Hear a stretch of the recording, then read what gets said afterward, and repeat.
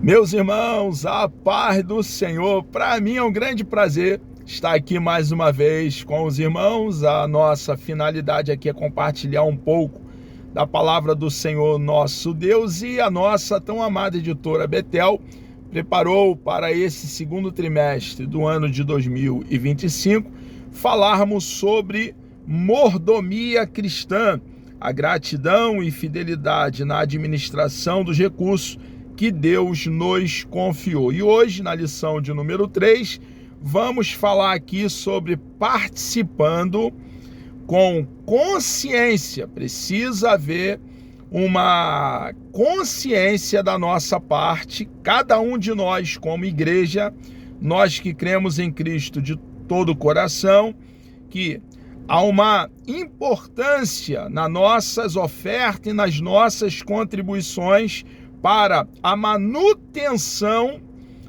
da obra de Deus e também para a manutenção do templo, do serviço. Há muitos gastos para manter o templo um local de oração, onde nós, dando continuidade à nossa vida pia, vida de busca, de entrega, de tomar tempo para falar com o nosso Deus, para debruçar também sobre o rolo sagrado, para examiná-lo, nós também, como continuação do que fazemos diariamente, está ali reunido no templo.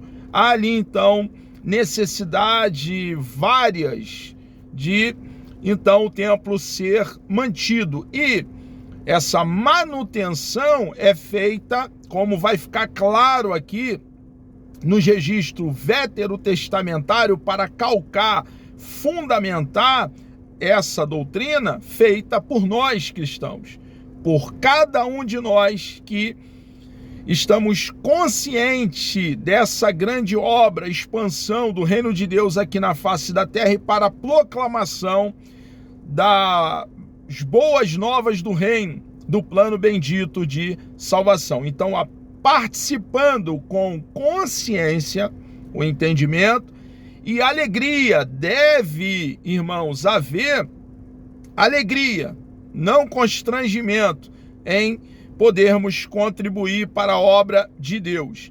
Alegria da manutenção do serviço. Então, o templo, a obra de Deus, é mantida por cada um de nós cristãos que fomos feridos pelo Evangelho e, entendendo a importância da obra do nosso Deus, então contribuímos com alegria.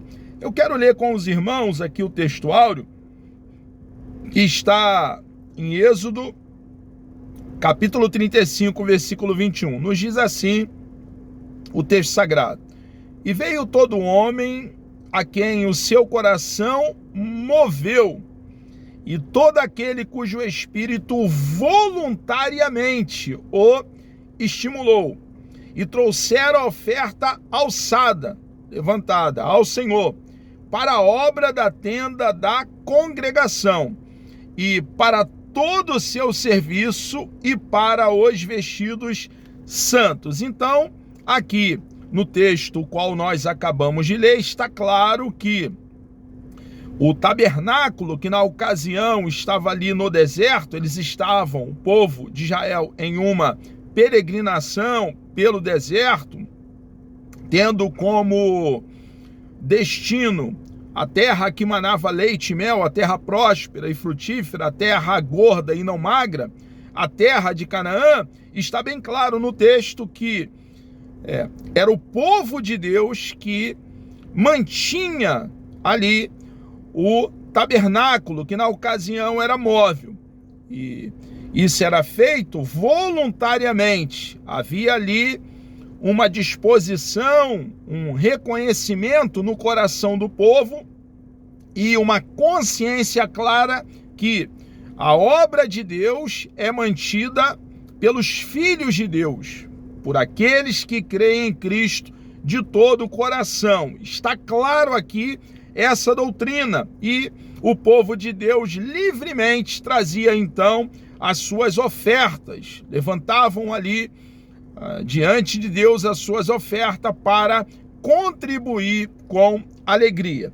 A verdade aplicada diz assim: como povo de Deus, somos convocados a participar da manutenção dos locais de culto. E quem faz essa convocação é o nosso Deus, irmãos. A verdade está bem clara no texto que acabamos de ler. As ofertas, nossas contribuições, são entregues ao nosso próprio Deus. É claro que existe aqueles que estão responsáveis para trabalhar nessa administração, distribuir os recursos financeiros, mas nós, quando fizermos a nossa oferta e a nossa contribuição, devemos ter consciência que estamos fazendo para o nosso Deus. Como povo de Deus, somos convocados a participar da manutenção dos locais de culto, com nossas contribuições financeiras e nosso trabalho. O nosso trabalho também na obra de Deus, quando nós ali nos reunimos para virar um concreto, para carregar um balde, para ir buscar um copo de água para os nossos irmãos, as irmãs ali fazendo o alimento, é um meio de nós também nos ofertarmos. Observe, irmãos, que eu estou falando em oferta e contribuições. Não é simplesmente dar dinheiro. Há uma diferença de colocar dinheiro, dar dinheiro. Eu estou falando de uma oferta, de uma contribuição que nós colocamos nesse ato os nossos sentimentos, as nossas emoções, a nossa vida, entendendo que é um momento espiritual. Existe ali aquele momento da oferta, onde nós vamos dar uma parada, uma pausa e pensar no que nós estamos fazendo ali naquele momento. Então não é simplesmente dar dinheiro, é fazer uma entrega naquele momento. O objetivo da lição são 3. O primeiro, reconhecer que devemos cuidar da casa de Deus. O cuidado da casa de Deus, observe que Jesus, ele faz essa afirmação: a casa do meu Pai, casa de oração, é algo para nós cristãos. É responsabilidade nossa, incumbência nossa. Devemos reconhecer que o cuidar da casa de Deus é algo feito por cada um de nós cristãos. Saber que as ofertas geram bênçãos para o ofertante é um privilégio e o nosso Deus está nos vendo nessa obra que estamos fazendo, nesse nesse necessário. E assim como o nosso Deus, ele é generoso, ele tem prazer em dar, ele está vendo também a nossa generosidade, o nosso prazer em ajudar, em ofertar, a nossa disposição. E o que nos move é a nossa gratidão que temos cada um de nós ao nosso Deus, por tudo que ele já fez por nós. O que nos move é o amor por aquele que nos amou primeiro, por aquele que, com base no seu grande e imenso amor, proveu para nós eterna salvação. Ressaltar também que Deus honra os que o honram. Não vai nos faltar nada. É claro que eu aqui não estou dizendo que nós cristãos estamos isentos à dificuldade financeira. Claro que não, irmãos. Existem muitos momentos que nós seremos provados também financeiramente para o nosso desenvolvimento, para o nosso amadurecimento, para aprendermos que devemos gastar menos do que ganhamos, para sabermos administrar os recursos financeiros que o nosso Deus tem nos dado. Então vamos passar sim por algumas dificuldades financeiras, mas podemos contar com a ajuda do nosso Deus, irmãos, e por intermédio da oração, falarmos com o nosso Deus as nossas necessidades. Quando nós olhamos para o livro de Salmo, os salmistas rasgavam a sua alma diante de Deus. Se eles estavam tristes, eles então diziam para Deus a sua tristeza e por que estavam tristes. Se eles estavam felizes, eles expressavam para Deus a sua felicidade através da oração e diziam por que eles estavam felizes. Então, nós precisamos também rasgar nossa alma em oração diante do nosso Deus, explicando a Ele o que tem acontecido, o que está acontecendo. Mas Ele não sabe? Claro que Deus sabe. Ele é onisciente. O nosso Deus conhece passado, presente e futuro.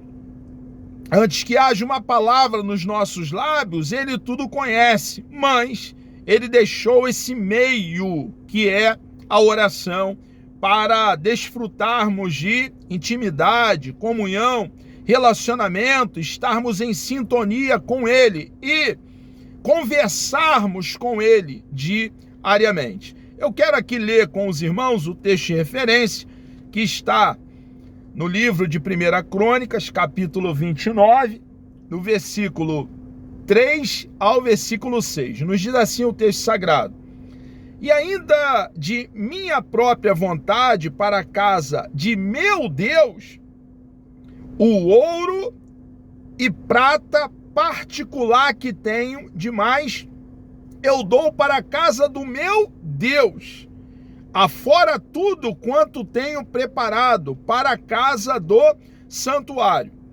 3.000 talentos de ouro, do ouro de Ofir, e 7.000 talentos de prata purificada para cobrir as paredes das casas. Ouro para os vasos de ouro e prata para os de prata. E para toda obra de mãos, 2 artífices. Quem, pois, está disposto a encher a sua mão para oferecer hoje voluntariamente ao Senhor? Então, o chefe dos pais e os príncipes das tribos de Israel e os capitães dos milhares e das centenas e até os capitães da obra do rei voluntariamente contribuíram. É muito importante essa expressão, voluntariamente. Aparece muitas vezes aqui no registro veterotestamentário, no que concerne a contribuição e oferta, e também é corroborado no registro neotestamentário. Devemos então dar o que está segundo o nosso coração e de forma muito voluntária. É uma doutrina para nós, a igreja do século 21. Introdução.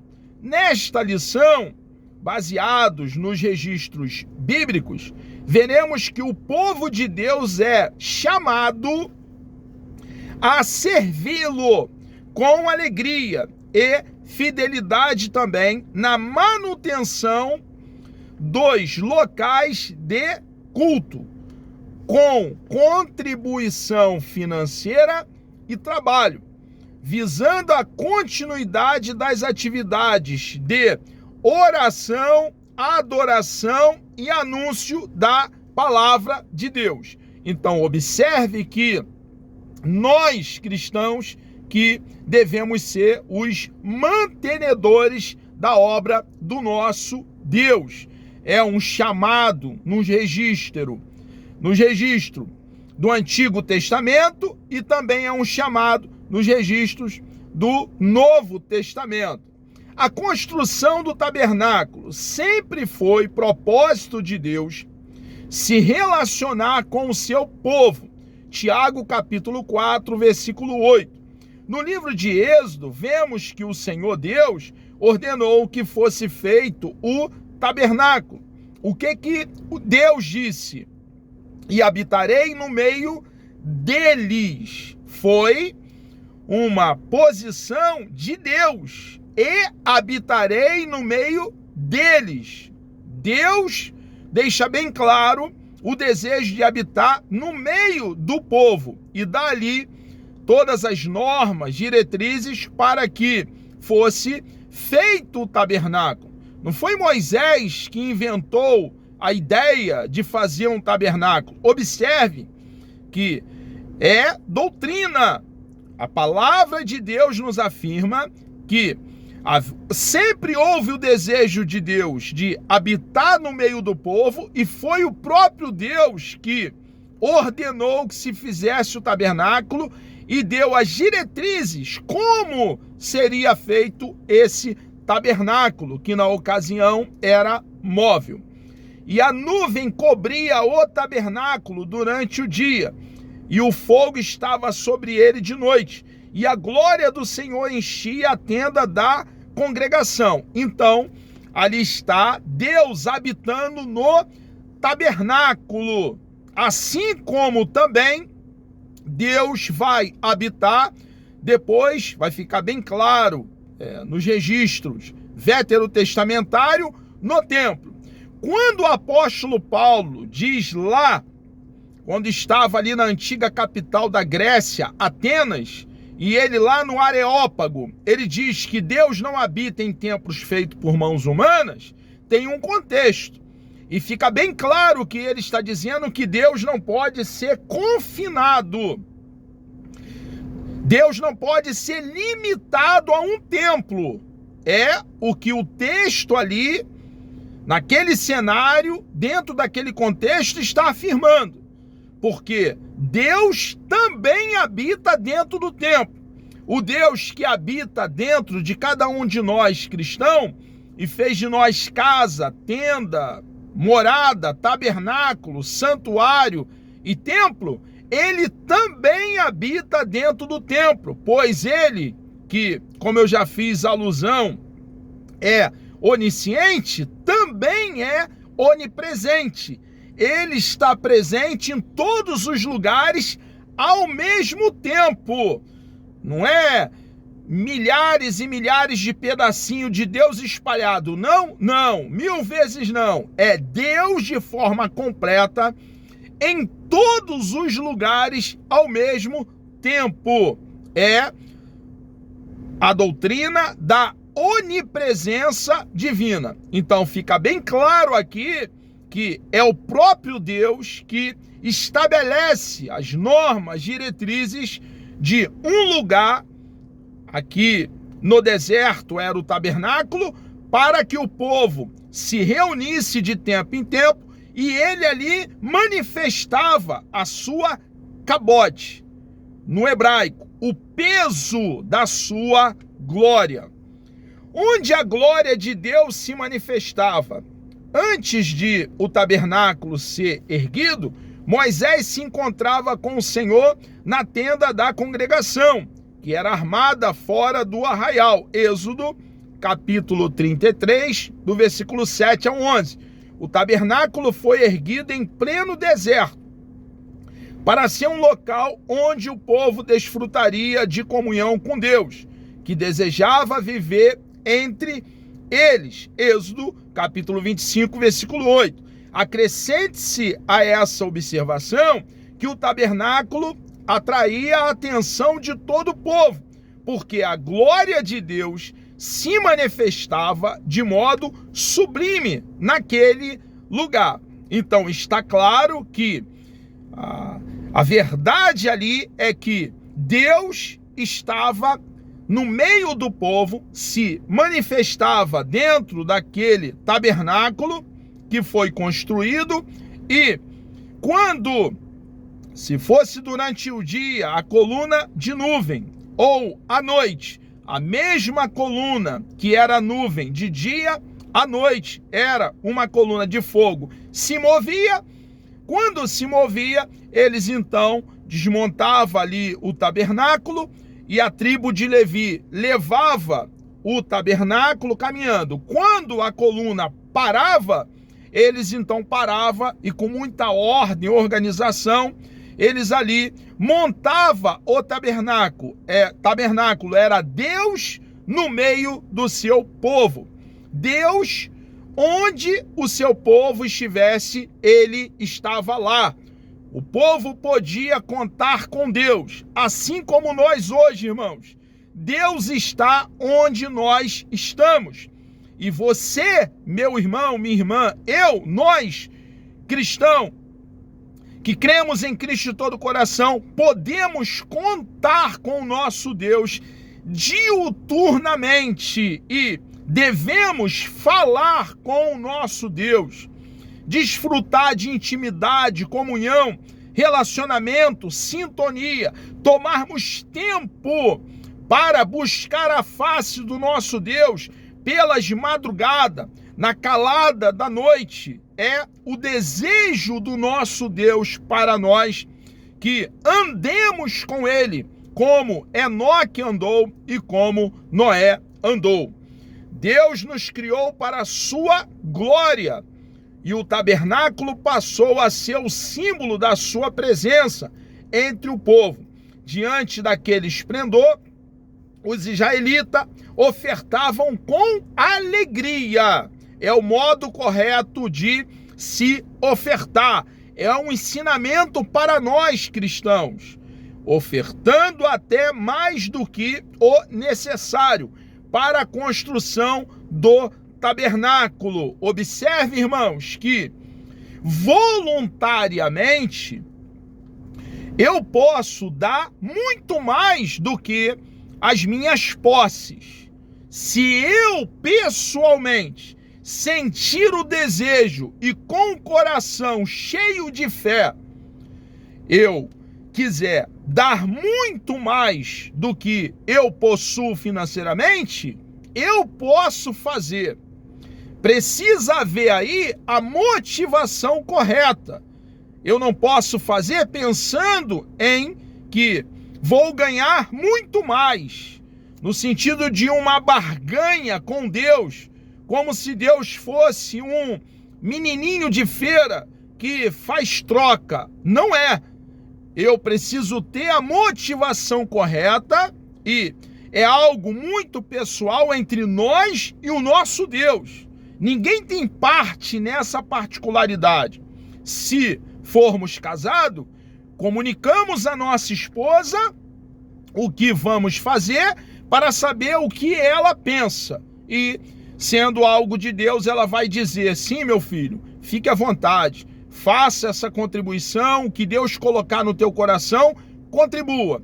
O que não é certo é alguém nos impressionar, nos colocar contra a parede para agir dessa forma. Mas, sendo voluntário, irmãos, é aceito pelo nosso Deus.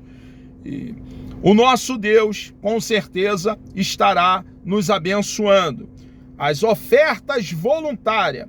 A fé cristã implica obediência a Deus. Quando nós cremos em Deus, irmãos, o resultado é obedecê-lo, é amá-lo, porque nós reconhecemos, consciente de tudo aquilo que o nosso Deus é. A fé cristã implica obediência a Deus em todas as áreas da nossa vida. A dependência de Deus deve estar diretamente relacionada ao amor por Ele. Quando nós o amamos, nós cremos que Ele é o Deus que nos supre e provê para nós. Não teremos falta de nada. E nós, então, por amor, por fé, nós, então, o obedecemos e ajudamos também a sua obra financeiramente. A dependência de Deus deve estar diretamente relacionada ao amor por ele, uma vez que quem ama a Deus obedece aos seus mandamentos. Os israelitas obedeceram a ordenança que Deus deu a Moisés para a construção do tabernáculo, participando daquele grande e belo projeto com ofertas voluntárias. As ofertas foram tantas que os artífices interromperam o trabalho para comunicar a Moisés o que estava ocorrendo. Irmãos, era tanta oferta que houve um momento que foi pedido ao povo, e aí a gente fica maravilhado, irmãos, porque nós observamos um líder que tem temor a Deus, que ama a Deus, age de forma honesta em todas as situações, também financeira. Quando a oferta ultrapassou por ser tantas, o líder pede para que pare, para que o povo pare. Não precisa trazer mais recurso financeiro, porque o que tem já dá. Então, nós devemos, irmãos, nos aproximar, tomando tempo para debruçar sobre o nosso manual, as sagradas letras, e aplicar as suas verdades à nossa própria vida. Transformar a verdade da palavra de Deus realidade na nossa vida. Esse é o padrão para nós líderes. Se tem uma quantidade muito grande, pedir o povo para parar de trazer ofertas, trazer contribuições, porque já supriu a necessidade que havia antes.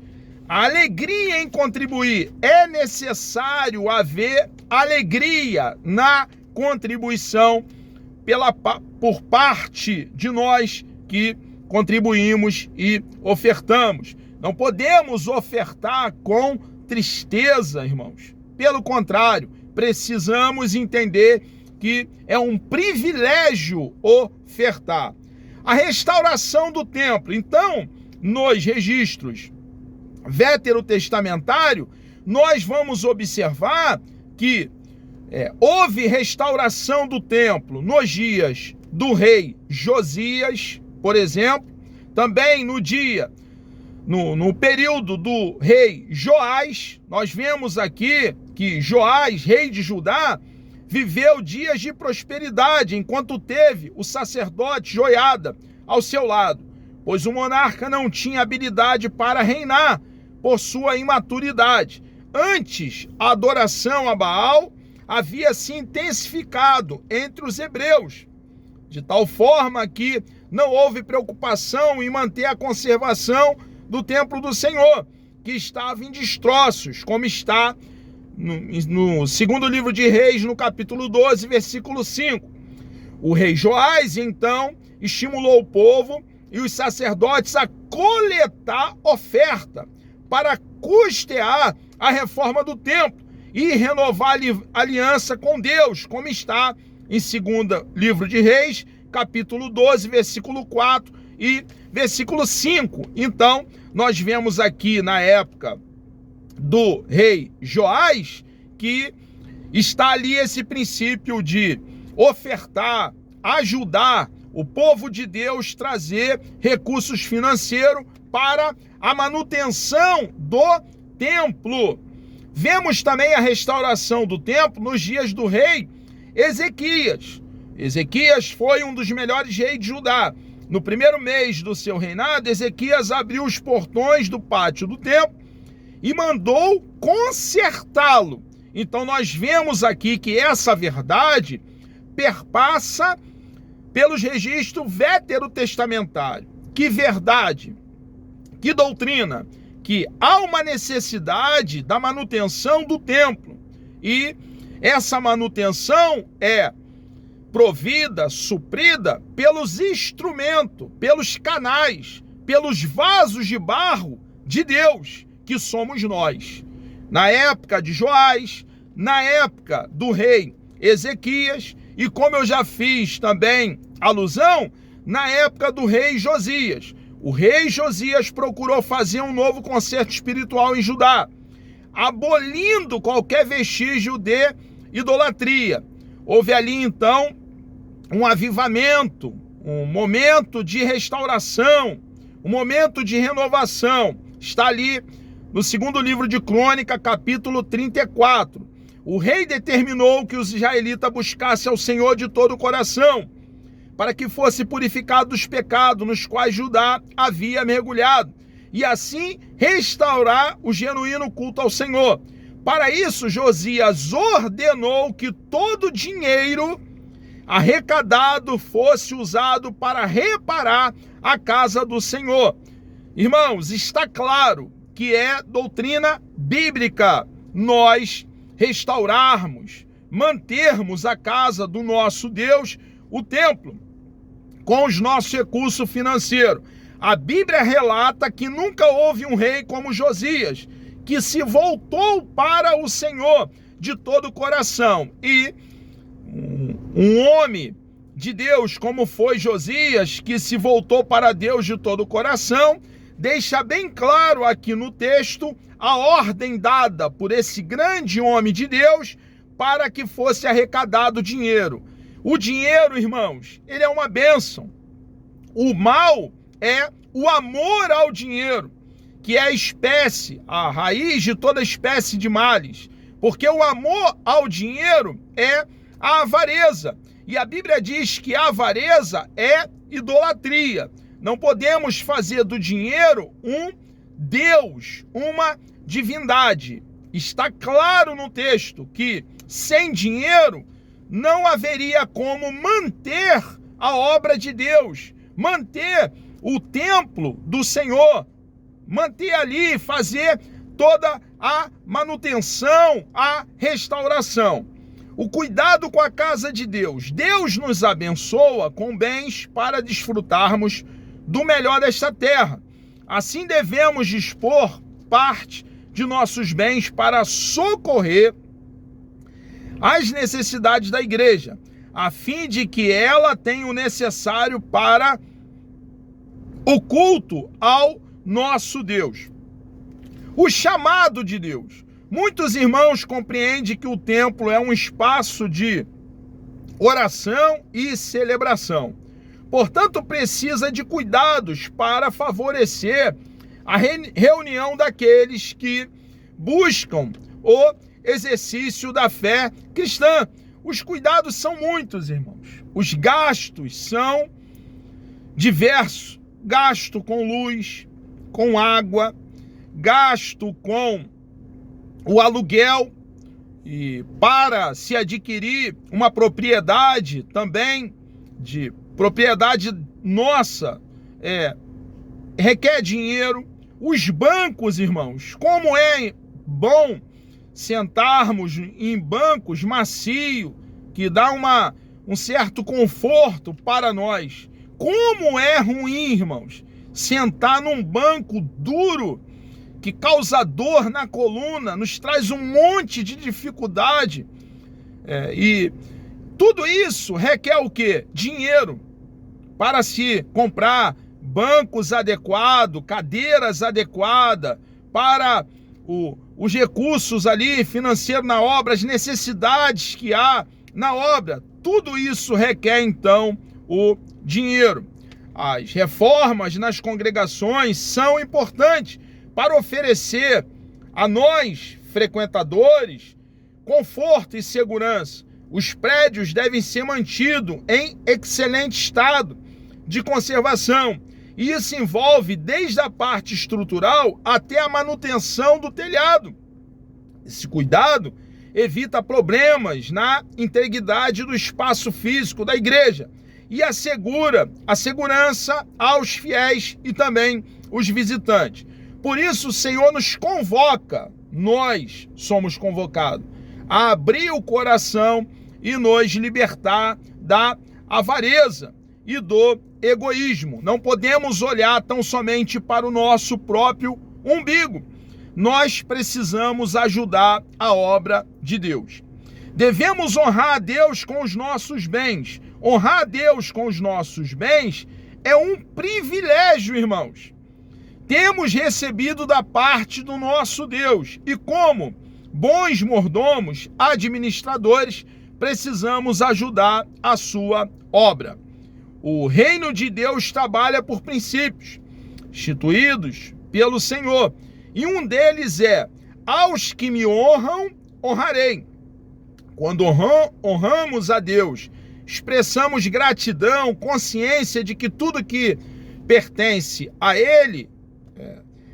Quando honramos a Deus, expressamos gratidão, consciência de que tudo pertence a Ele e confiança em sua provisão diária. É um ato de fé, de confiança, contribuir. Essa honra está em coisas simples, como ofertar para a manutenção ou reforma da igreja, na certeza de que o Senhor Deus zela por nós. Devemos ser zelosos pelo templo, onde nos reunimos para adorá-lo e anunciar a sua palavra. Então, assim como ficou claro para nós aqui no Antigo Testamento, grandes homens de Deus convocando o povo para manter e restaurar o templo, nós também precisamos, irmãos, trabalhar na manutenção, na limpeza. Requer a limpeza do templo, produtos de limpeza, requer produtos para colocar no banheiro, irmãos. Então, tudo isso requer ajuda financeira. O cuidado com a casa de Deus reflete quem somos. Para evitar problemas estruturais, é recomendável que os templos passem por uma manutenção periódica, feita por profissionais qualificados. Nossa disposição em ofertar para essa causa específica demonstra gratidão ao Pai Celestial por todas as bênçãos que temos recebido. Contribuir financeiramente para a manutenção do templo é participar de uma semeadura em boa terra, na certeza de que o Senhor Deus é fiel e poderoso para continuar suprindo todas as nossas necessidades. Desde que começou a levar as suas ofertas ao templo, o povo passou a ter abundância de alimento. Está registrado no segundo livro de Crônicas, capítulo 31, versículo 10. Nós cristãos, irmãos, devemos evidenciar a nossa lealdade no servir ao nosso Deus de todo o coração, inclusive com os nossos bens materiais, abençoando a casa do nosso Deus. Irmãos, chegamos aqui ao término de mais uma lição. Que Deus vos abençoe. Meu desejo é que Deus lhe dê um dia produtivo e Deus nos dando vida até lá, na próxima pré-aula, na lição de número 4, vamos falar sobre o cuidado e apoio aos obreiros, um pilar essencial para a expansão do reino de Deus. Vamos orar? Deus amado, nós louvamos e engrandecemos o teu nome. Obrigado a Deus por essa grande oportunidade que o Senhor tem nos dado de livremente falarmos do seu amor e compartilharmos da tua palavra. Ó Deus amado, por favor, Senhor, abençoe todos aqueles que estarão participando de mais essa pré-aula. Continue conosco, ó Pai. Ó Deus, muito obrigado pela tua bondade, pelo teu amor, pelo teu carinho, pelo consolo, conforto na nossa alma. Obrigado porque temos podido contar com o Senhor, ó Pai, nessa nossa peregrinação aqui no planeta Terra. Ó Deus amado, Tu és grande, Tu és um Deus todo-poderoso. Nos dê coragem, ó Pai, firmeza, perseverança, para continuarmos, ó Deus, proclamando a Tua palavra. Entregamos nossas vidas nas Tuas mãos e assim oramos agradecidos em nome de Jesus.